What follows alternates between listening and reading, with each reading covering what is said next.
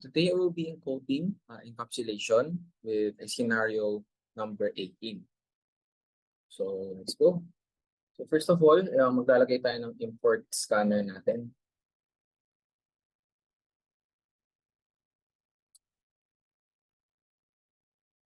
Okay.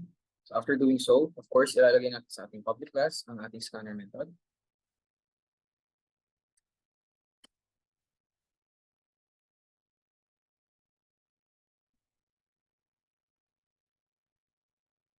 Okay.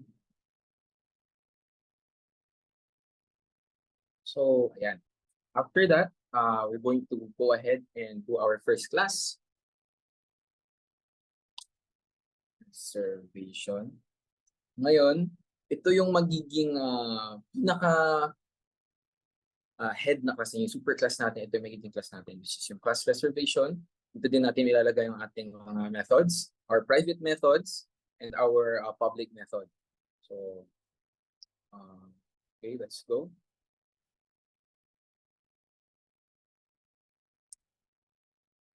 So, for our private method, we're going to be using string. Kasi ang input nito ay isang parang word or phrase siya. So, it's only fair to use the string method. So, with this, ang ini-name natin dyan ay ang ating customer name. Okay, so next naman is another string and another string, and name naman nito is reservation date. Okay.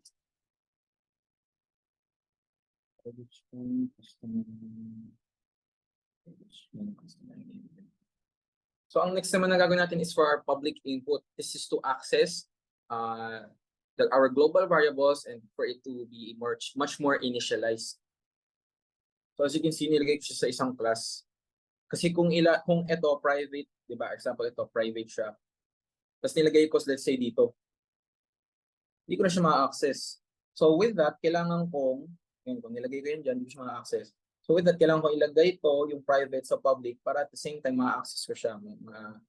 Malalagay natin ang initialization. So, yan. Public, ang name din nito is reservation. Maglalagay tayo ng parameter dyan. So within those parameters, i-call natin or ilalagay natin ang ating mga string or ating mga private method, which is ang ating customer name at ang ating reservation date. So ayan, kaya ako sinilagay dyan is para ma-access natin siya later on, and of course we also have to use this dot, which is again for the initialization of the program itself.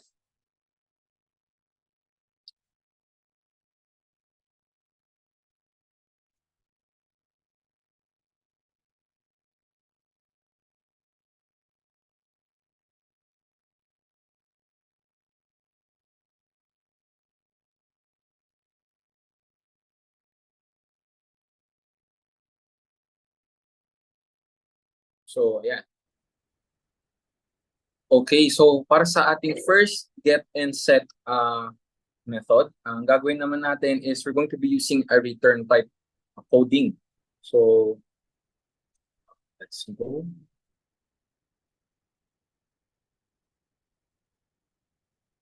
So we're using some public.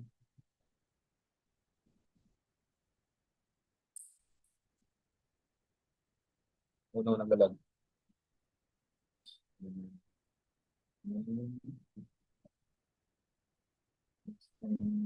Yeah.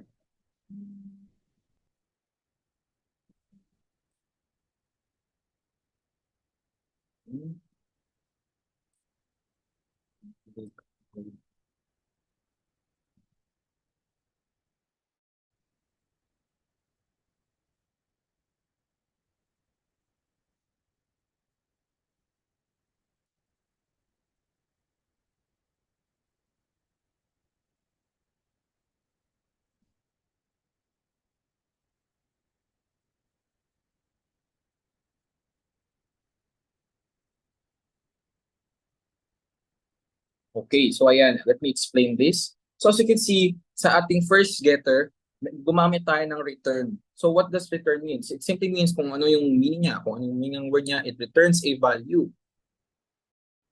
Ngayon, wala kasi tayong void dito. So we applied it dito. So as we know, void does not return any value. So we have to access our customer name. So to do that, kailangan nating string yan ulit.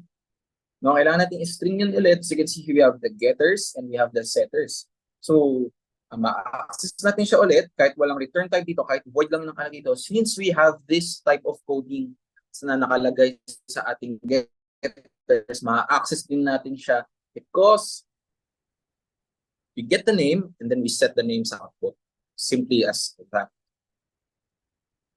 Okay, so for our next getters and setters, we're going to be getting and setting the reservation date. So essentially, it's the same process, but we will be coding this. I will explain a little lesser kasi essentially, again, it's the same process, it's the same coding, just different method names. Okay, so public method reservation. Essentially, it's just overall the same sa ating first getters and setters. And actually, buong majority ng code is essentially the same process.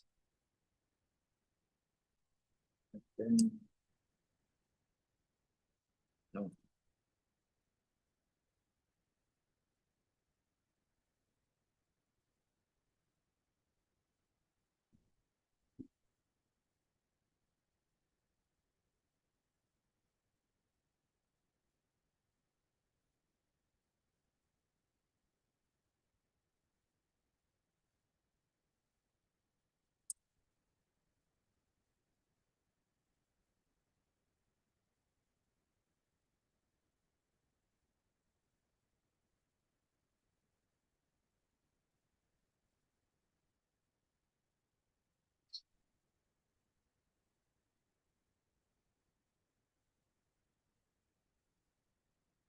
So, ayan.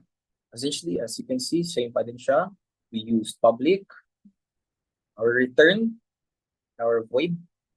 Again, kaya tayo gumamit ng return here kasi void yung nandito. Now, void does not return any value whatsoever. So what I did was I put return over here, then I called the reservation date into our program. As you can see, na-string siya. So as you can see, kahit walang return type dito, na-access natin siya with this.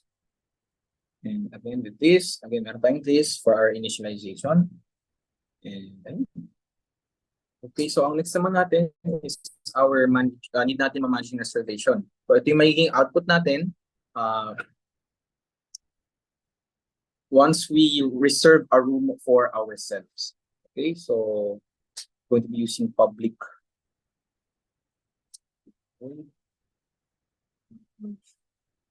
Reservation.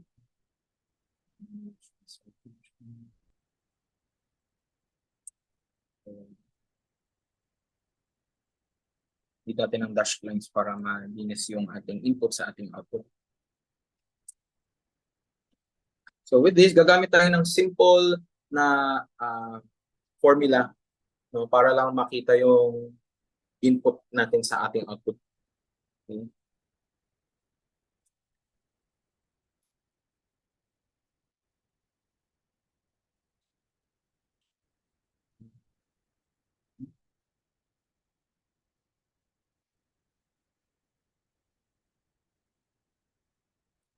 No. Nalag.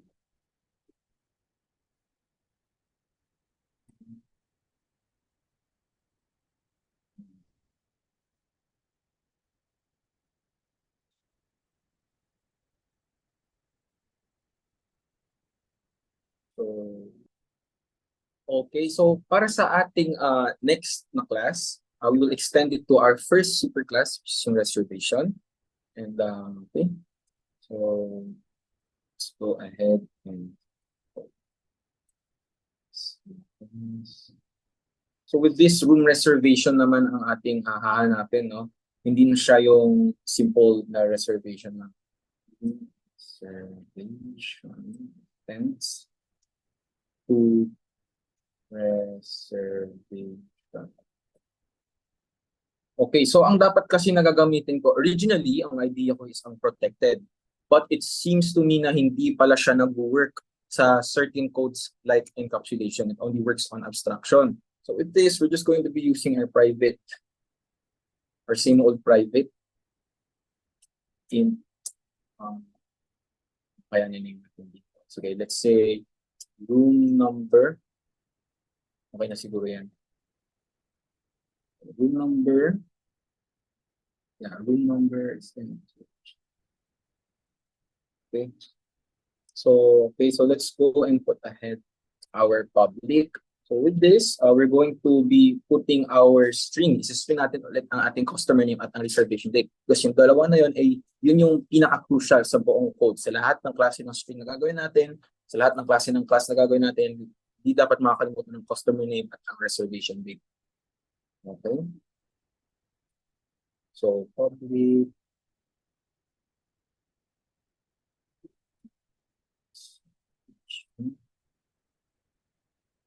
um,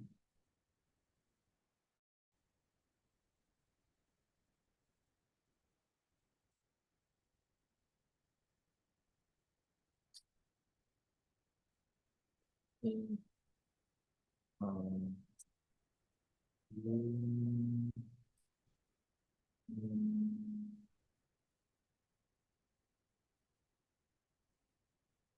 number, room number,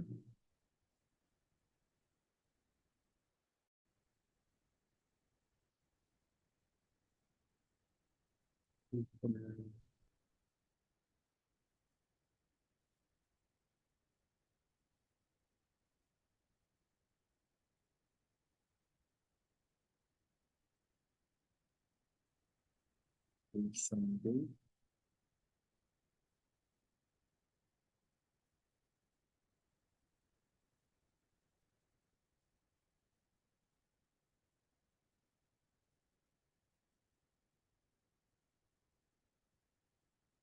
Okay. So with this, as you can see sa ating public, first of all, sa ating private, gumamit tayo ng private in room number. So integer lang ang ating room number since hindi siya nag-include ng isang price. So with this, sa ating public, as you can see, is nilagyan natin sa loob ng ating parameters ang ating string. So see, we have string customer name, string reservation date. As I said, hindi natin yung pwede makalimutan kasi sa lahat ng majority ng class na gagawin natin, kailangan included yan natin.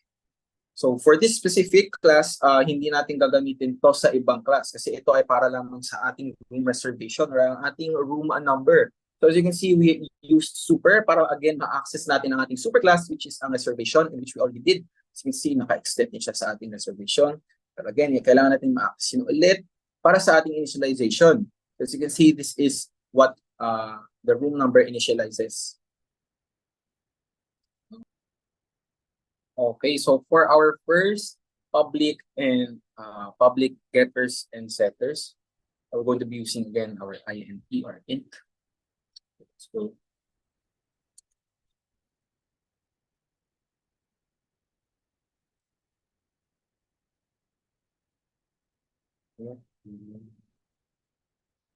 number.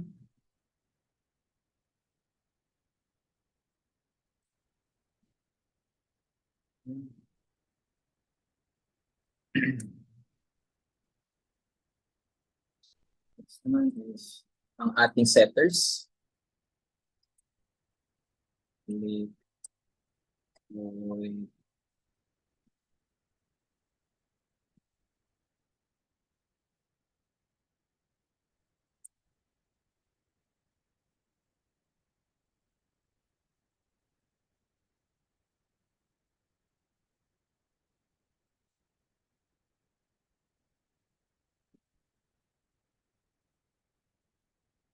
Ayan ang ating public getters and setters. Okay, so for our output sa ating public, sa ating room reservation,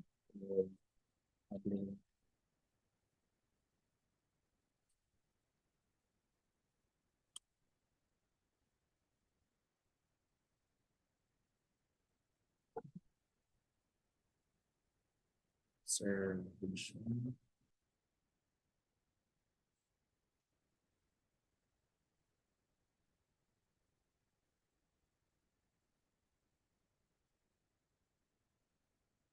Imagine.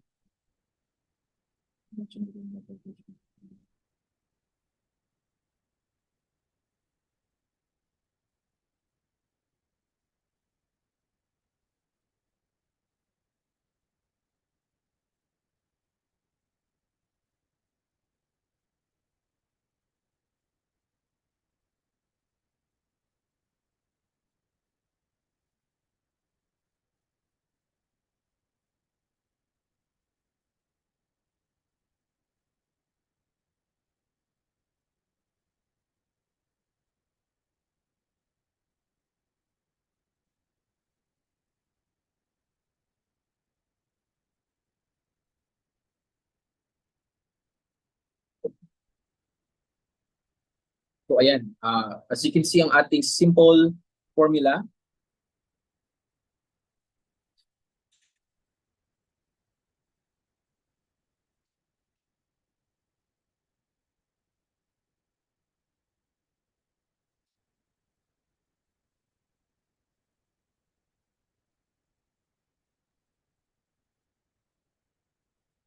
Ayan.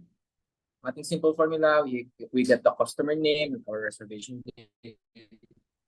So, essentially just the same process. Okay, so para sa ating last hierarchical class with this encapsulation, essentially again, as I said, same process lang.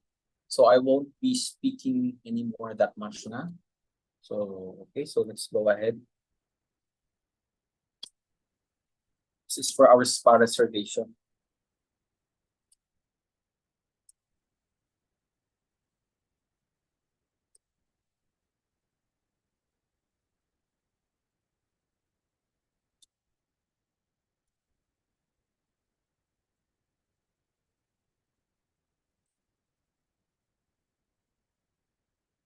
Oops.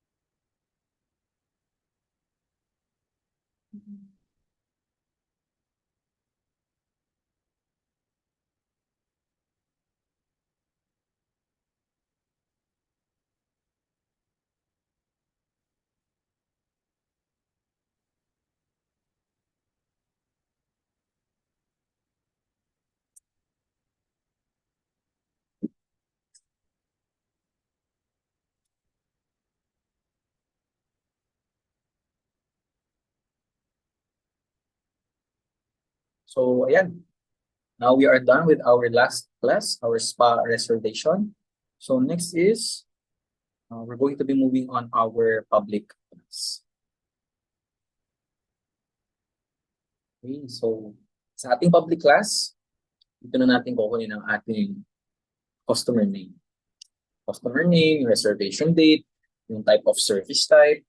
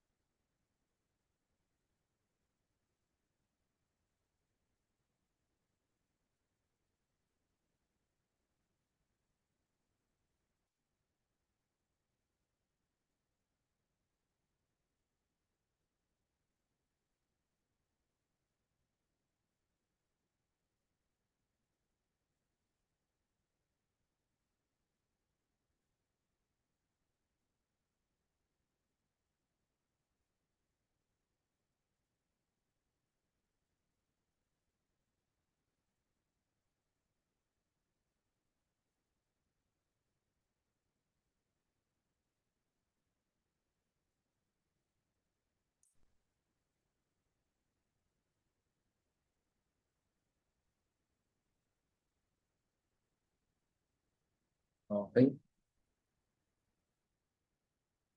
Okay, so for our first switch,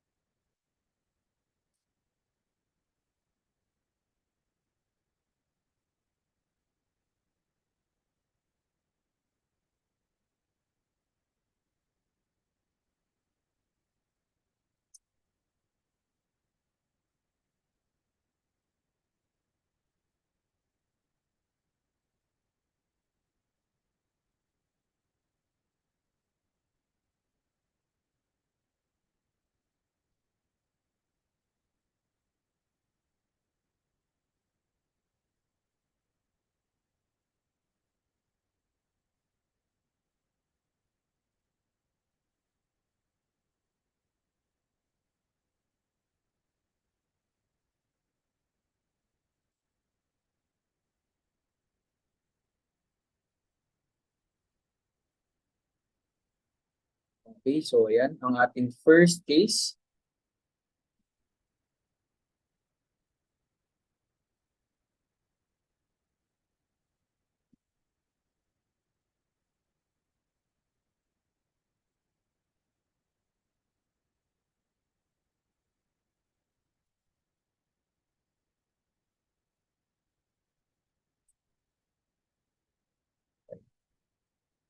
So essentially, ganyan din ang dating gagawin sa um, table number at sa ating service type. So, okay.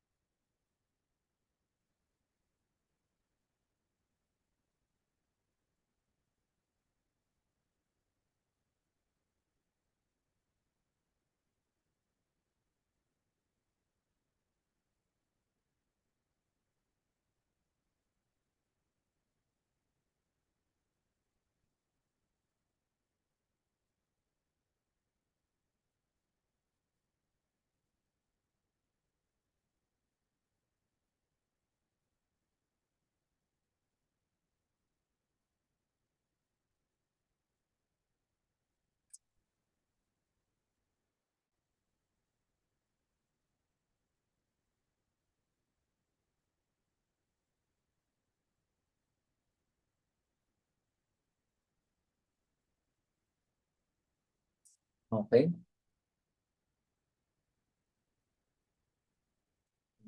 Integrate the code. Yun sa ating case 3, same process.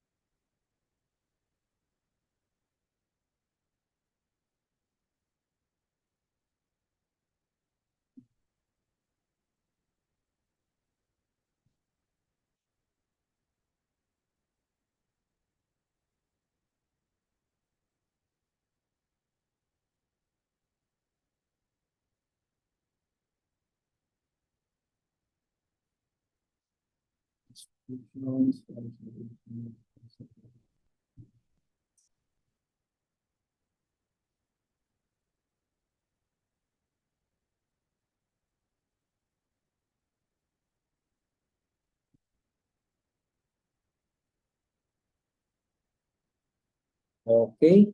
So our code seems to be done. So let's check.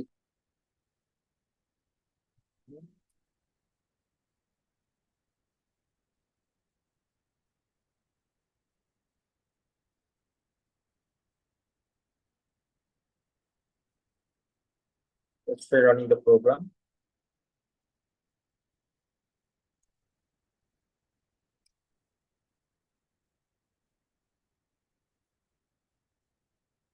Let's say I want a room reservation. I'm going to enter the room number. So 21.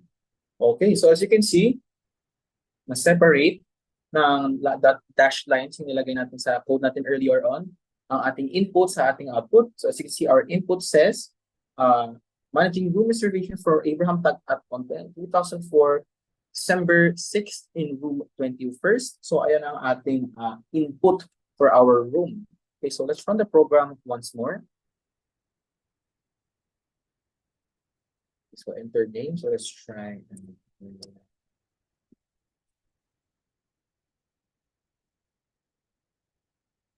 Birthday.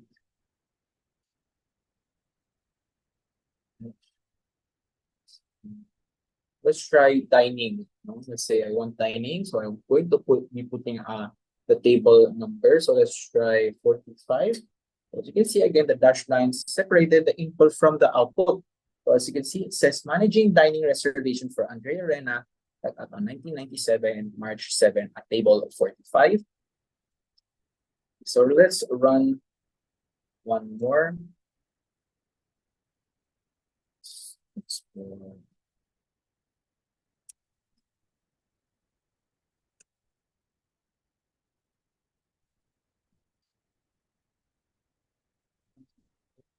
try 2024.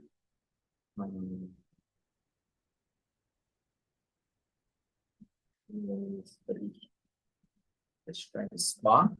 So we're going to enter service type. So let's say massage and pedicure.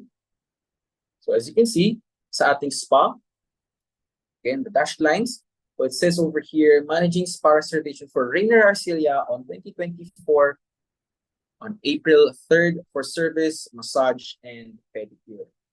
So ayun lamang po ang aking code, Sir Erickson. I hope my code passes your standards. Thank you so much po, sir, and God bless.